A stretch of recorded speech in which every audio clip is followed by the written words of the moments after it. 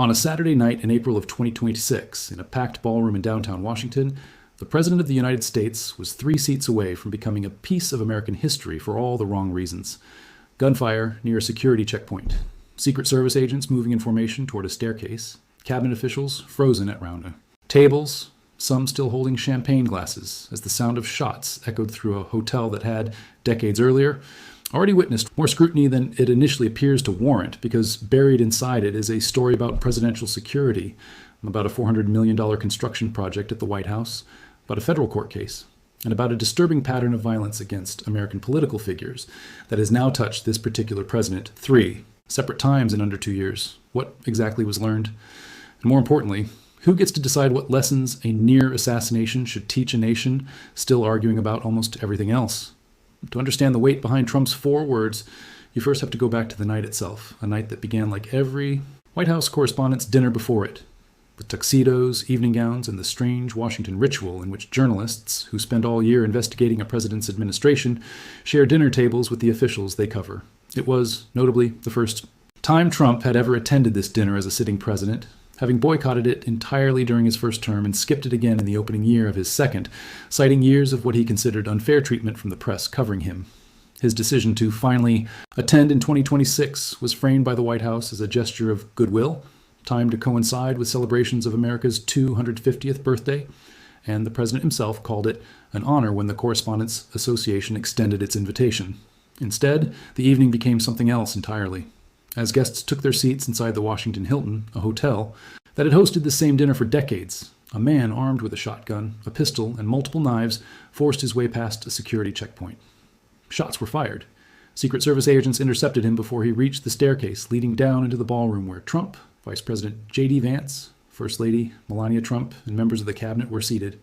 No one was killed, though a Secret Service officer was wounded in the exchange, along with the suspect himself. Within minutes, the president and his family were evacuated, whisked from a black tie gala to the White House briefing room, where a shaken but defiant Trump addressed the nation still dressed for the dinner that had just been violently cut short. The man accused of carrying out the attack, identified as 31-year-old Cole Thomas Allen, a tutor and computer engineer from California, was arrested near the scene and later charged with 4 federal counts, including attempting to assassinate a sitting president, an offense that carries the possibility of life in prison. He pleaded not guilty in a Washington courtroom weeks later, and investigators subsequently revealed that Allen had written extensively about grievances against Trump, and had allegedly intended to target multiple administration officials that night, though the full scope of his motive remained for months the subject of an ongoing investigation. What made the case especially chilling to security officials was not just the audacity of the attempt, but its context. This was, by multiple counts, the 3rd apparent attempt on Trump's life since 2024, following the shooting near a campaign rally in Butler, Pennsylvania, and a second attempt uncovered at his golf club in West Palm Beach that same year. 3 attempts in under 2 years is not a statistic that fits comfortably into the normal rhythms of American political life, and it forced a reckoning inside the Secret Service, inside the West Wing, and eventually inside a federal courtroom about just how exposed the presidency itself had become, even at events as ceremonial and tradition-bound as a black-tie dinner honoring journalism. It is worth pausing here to note the eerie historical echo running underneath this entire story, because the Washington Hilton was not simply an unlucky venue that happened to be hosting a president when violence broke out. It was, in fact, the same hotel where President Ronald Reagan was shot and nearly killed in 1981, an attack that permanently reshaped how the Secret Service approaches presidential security to this day. After Reagan was wounded, agencies overhauled their protocols entirely, introducing magnetometers at public events and redesigning building access points, specifically to eliminate the kind of exposed walk to a vehicle that had left Reagan vulnerable in the first place. The Hilton itself was later retrofitted with a secure, bunker-like garage so that future presidents would never again have to step outside into open air on their way to a waiting car. Reagan returned to that same hotel for a charity ball roughly 6 months after being shot, choosing not to mention the attack directly in his remarks, but making his return through that newly built secure entrance, a quiet, physical acknowledgement that the lesson of his own shooting had been permanently built into the architecture of the building itself. 45 years later, Trump's return to the same hotel and his own choice of words about lessons learned cannot be separated from that history. Presidents who survive attempts on their lives in this particular building do not simply move on. They come back changed, and so, in some structural sense, does the building around them. But where Reagan's lesson became steel and concrete, quietly embedded into a hotel's blueprints, Trump's lesson has become something far more public, far more political, and far more contested, because almost immediately after the April shooting, his administration turned the attack into a legal weapon in an entirely separate battle that had nothing to do with the Correspondents' Dinner at all. For months leading up to the shooting, Trump had been pursuing a sweeping, privately funded construction project at the White House itself, a $400 million ballroom being built on the site of the former East Wing, a project that had drawn a lawsuit from the National Trust for Historic Preservation, an organization arguing that the demolition and construction violated protections around one of the nation's most historically significant buildings. Trump had spent months publicly frustrated by the legal challenge, mentioning the lawsuit and his desire to build the ballroom at nearly every opportunity, regardless of the topic at hand. Then, within hours of the shooting at the Correspondents' Dinner, his Justice Department moved with striking speed to weaponize the attack directly against that lawsuit. The acting attorney general and a senior justice department official sent a letter to the preservation group's lawyers, warning that the lawsuit put the lives of the president, his family, and his staff at grave risk, and demanding that the group voluntarily drop its case by 9 o'clock the following morning, citing what officials called the extraordinary events of the assassination attempt as evidence. When the National Trust did not immediately comply, Justice Department officials filed an emergency request with a federal judge, arguing that the Washington Hilton itself was demonstrably unsafe for events involving a sitting president, and using that argument to press for construction to proceed. Even some Democratic lawmakers, including Pennsylvania Senator John Fetterman, who had been in attendance that night, publicly agreed that a secure, purpose-built space inside the White House complex made sense given what everyone in that room had just experienced, describing the proposed ballroom as exactly the kind of space needed for events like the one that had just gone so catastrophically wrong. This is where Trump's simple phrase, "a lot was learned," begins to reveal its true complexity, because the lesson he appears to be describing is not primarily about metal detectors, guest lists, or checkpoint procedures, though those things certainly change too. It is, in large part, a lesson that conveniently reinforces a construction project he was already fighting to defend in court, before a single shot was ever fired. Critics of the administration were quick to note the speed and specificity with which Trump's allies pivoted from a genuine security crisis into a legal argument for a controversial building project, with one federal court filing from the Justice Department drawing particular scrutiny from legal observers for its unusually informal, almost social media-like, tone, invoking language about the president's critics that seemed more suited to a campaign rally than a federal legal brief. Supporters of the administration countered that the criticism missed the point entirely, arguing that if the existing venue for major presidential events had just proven itself catastrophically vulnerable to an armed attacker, then pointing to that vulnerability as justification for building something safer was not manipulation, but common sense. A lesson any responsible security apparatus would be foolish to ignore, simply because it happened to align with the president's pre-existing construction plans. The debate over the ballroom is, in many ways, a smaller reflection of a much larger and more uncomfortable question hovering over this entire saga, one that touches nearly every major democracy grappling with rising political violence in the current decade. When a leader survives an attack, who gets to define the lesson the country is supposed to take from it? Is the lesson a narrow, technical one about magnetometers, guest screening, and building design? The kind of lesson that quietly reshapes architecture the way Reagan's shooting reshaped the Hilton's garage? Or does the lesson inevitably become entangled with whatever political battles the survivor happens to be fighting at that exact moment, transformed into ammunition for unrelated legal fights, construction disputes, and arguments about media hostility? Trump's own answer, delivered in that same conversation where he reflected on what had been learned, leaned heavily toward reinforcing existing grievances rather than opening new lines of reflection. He used the moment to renew his long-running criticism of what he considers unfair press coverage, even while thanking the reporters gathered for finishing the dinner despite the danger, a combination of gratitude and grievance that has defined nearly every public statement he has made about journalism throughout both of his presidencies. That tension played out again in real time when the rescheduled dinner finally took place in late July, nearly 3 months after the shooting. Though notably not at the Washington Hilton at all, the event moved to the Waldorf Astoria, a hotel that had previously operated as the Trump International Hotel in Washington, before a rebrand, a relocation that quietly answered, at least for this year, the underlying security question the Justice Department had raised in its court filings about the Hilton's vulnerabilities. Attendance was deliberately smaller and more tightly controlled than the typical gathering of well over 2,000 guests, with notable absences, including the First Lady, the Vice President, and the Secretary of State, all of whom had been present for the original interrupted dinner in April. Security around the rescheduled event was, by every account, dramatically heightened, reflecting lessons that had, in fact, been genuinely absorbed at the operational level regardless of how those lessons were simultaneously being deployed in an unrelated legal battle. The White House Correspondents Association framed its decision to proceed with the dinner at all, despite the trauma of April, as an act of defiance, with the association's president declaring that the organization would not allow an act of violence to have the last word, language that Trump himself echoed almost precisely when he argued that Americans could not allow what he called lunatics to change the nation's way of life. There is something genuinely significant in that shared language, a rare moment of alignment between a president who has spent a decade attacking the credibility of the press corps covering him and the very association representing that press corps, both landing on nearly identical framing about resilience in the face of political violence. It suggests that whatever else divides Trump and the White House press corps, and there is an enormous amount that divides them, the shared experience of nearly being killed together in the same room created a narrow but real point of common ground, a mutual insistence that gunfire should not be allowed to dictate whether this particular Washington tradition survives. That fragile consensus, however, existed alongside everything else that did not change.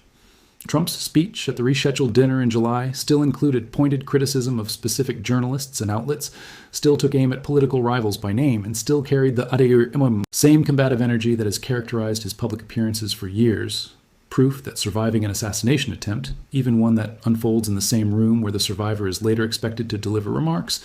does not automatically soften the underlying political conflicts that existed before the gunfire started. Zoom outward from this single dinner and this single construction dispute,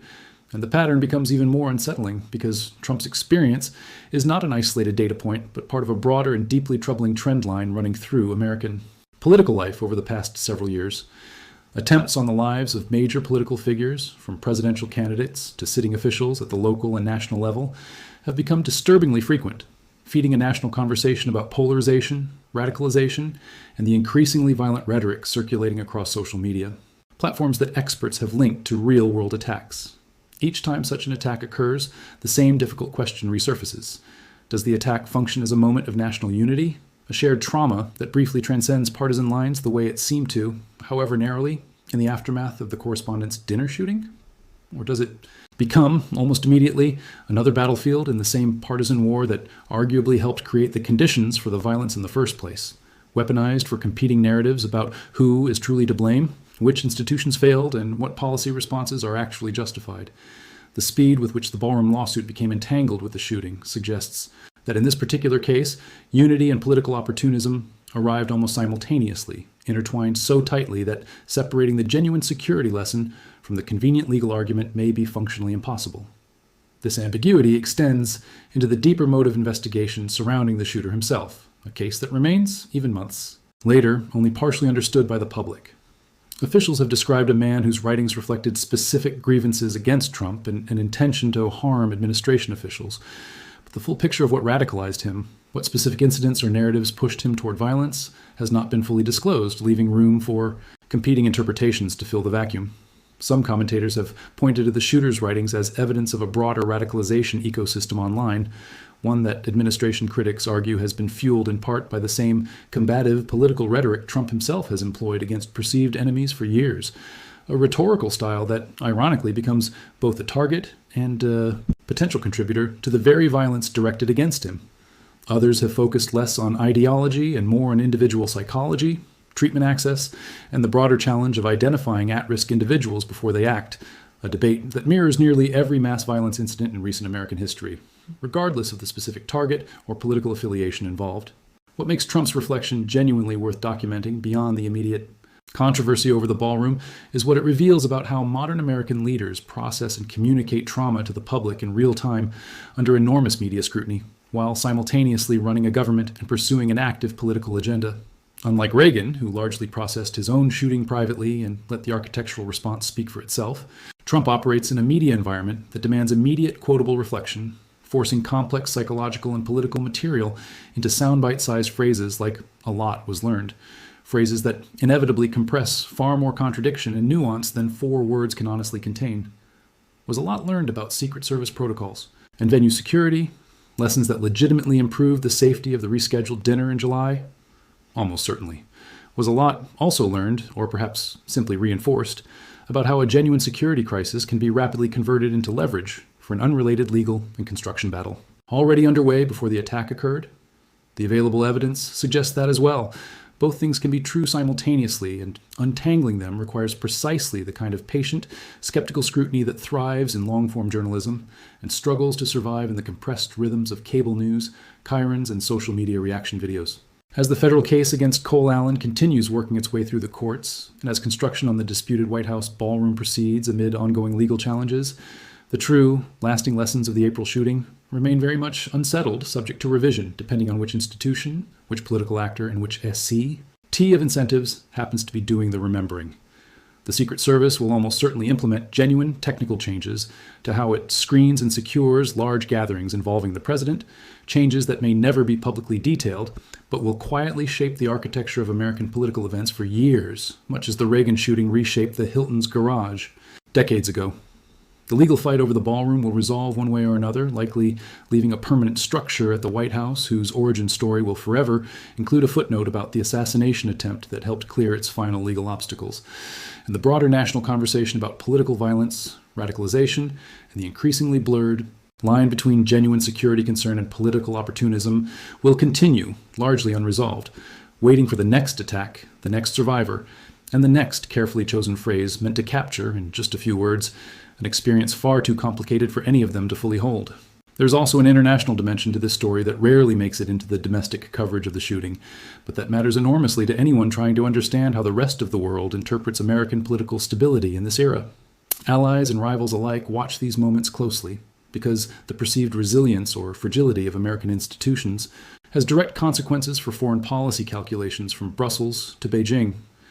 A visible assassination attempt against a sitting American president, especially one occurring not at a campaign rally in a contested state, but inside a hotel ballroom in the nation's capital, at an event meant to symbolize the peaceful, almost theatrical coexistence of political power and a free press, sends a signal that reverberates well beyond Washington.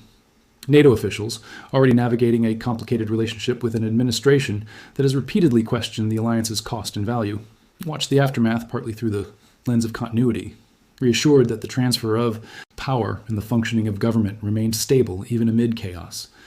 Adversarial governments, including those managing their own tense standoffs with Washington over trade, sanctions, and military posture in regions from Eastern Europe to the Middle East, likely drew different conclusions, some interpreting the instability as an opportunity to test American resolve during a period of domestic distraction, others simply noting how quickly the American political system absorbed the shock and moved forward with its normal combative rhythms within days. Markets, too, responded with relative calm once it became clear the president was unharmed and the government continued functioning without interruption, a reaction. That itself says something about how thoroughly investors have come to price in a certain baseline level of political volatility as simply part of the current American landscape, rather than treating it as the kind of systemic shock that might have rattled Wall Street in a calmer decade. The press freedom implications of this entire saga deserve their own careful examination, because the White House Correspondents Dinner has never simply been a party. It exists, at least in theory, as a public celebration of the First Amendment, an annual ritual in which the government being covered and the journalists covering it share a room, exchange jokes, and symbolically reaffirm that an adversarial press and a functioning government can coexist within the same democratic system. That symbolism took on a darker, more literal weight after April, when the room hosting that celebration of press freedom became the scene of an actual armed attack, and when the over-presidential construction spending rather than a renewed, unifying commitment to protecting the tradition itself. Press freedom organizations, both domestic and international, have spent years tracking a broader pattern of hostility toward American journalists under this administration, from credential disputes to lawsuits to public attacks on specific reporters and outlets, and many of those same organizations viewed the aftermath of the shooting with a kind of grim consistency, noting that even a genuine act of political violence against the president did not meaningfully soften the administration's broader posture toward the press covering him.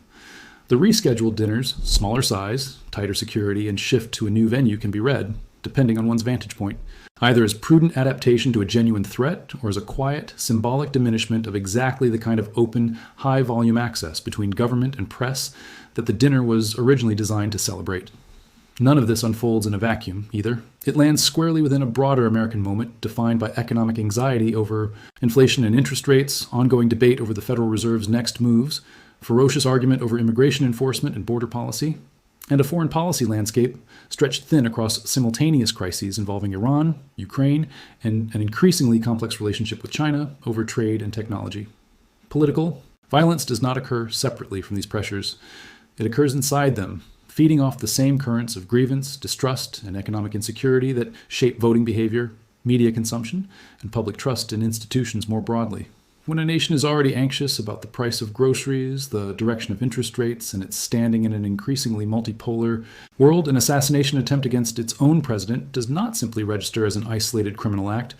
It becomes one more data point in a larger, more diffuse sense that the foundational stability people once took for granted, stability in institutions, in norms, in the basic physical safety of public officials, is eroding in ways that feel simultaneously sudden and, in hindsight, entirely predictable, given years of escalating rhetoric on all sides of the political spectrum.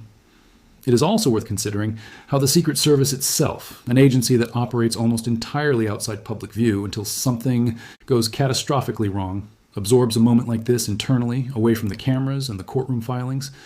Agencies tasked with protecting presidents tend to learn in exactly the opposite manner from politicians, where a president speaks in sound bites calibrated for maximum public resonance. Protective agencies tend to communicate in quiet policy memos, internal after-action reports, and classified briefings that the public may never see in full, if at all. Historically, the most consequential security reforms in presidential protection have come not from public statements, but from precisely this kind of invisible institutional learning, the sort that reshaped protocol after Reagan was shot in 1981 after an assassination attempt, against Gerald Ford years before that, and after the assassination of John F. Kennedy in Dallas in 1963, an event that fundamentally transformed how the Secret Service thought about motorcades, rooftops, and crowd control for generations afterward. Whatever operational lessons the Secret Service drew from April's shooting at the Correspondents Dinner, from screening procedures to staffing levels to the physical layout of secured perimeters, will likely never be fully disclosed to the public, precisely because disclosing them would undermine their effectiveness. That creates an uncomfortable asymmetry at the heart of this entire story. The public gets the four-word soundbite, "a lot was learned," delivered with confidence and closure, while the actual substance of what was learned, and how thoroughly it will protect the next president, the next dinner, and the next gathering of officials in a single vulnerable room, remains almost entirely hidden from view, a black box of institutional knowledge that citizens are simply asked to trust exists without ever being shown its contents. That asymmetry between the compressed, quotable version of a national trauma offered to the public and the far messier, more consequential version, being quietly processed inside courtrooms, security agencies, and construction budgets, may end up being the defining feature of how this particular chapter in American political history gets remembered. Future historians examining 2026 will likely note the shooting itself as a genuinely alarming data point in a broader pattern of rising political violence, but they will also have to grapple with how quickly that violence was absorbed into completely unrelated disputes over historic preservation law, construction permits, and press access, a metabolism of political opportunism so fast and so thorough that within days of gunfire erupting at a black-tie dinner, the story had already become as much about a $400 million ballroom as it was about the attempted assassination that supposedly justified it. Whether that metabolism represents a uniquely American talent for resilience, a troubling erosion of the line between genuine crisis response and political convenience, or simply both at once, is likely to remain a matter of fierce disagreement for years to come, replayed and reinterpreted every time the next American political figure survives an attack and offers their own version of Trump's careful, compressed, and ultimately incomplete 4 words.